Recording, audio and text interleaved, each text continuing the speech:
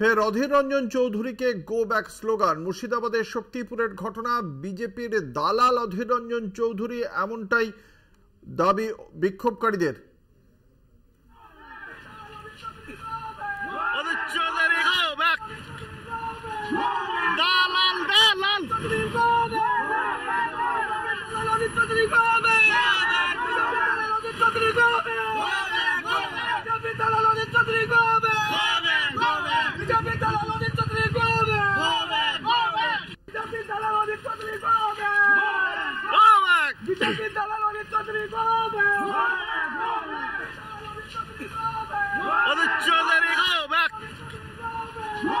মুর্শিদাবাদের শক্তিপুরের ঘটনা, আজ নির্বাচনী প্রচারে যখন সেখান থেকে যাচ্ছিলেন অধীর রঞ্জন চৌধুরী, বহরমপুর কেন্দ্রে কংগ্রেসের প্রার্থী, প্রদেশ কংগ্রেস সভাপতি, সেই সময় অধীর রঞ্জন চৌধুরীকে লক্ষ্য করেই বিক্ষোভকারীরা Adhir Chowdhury go back slogan দেন।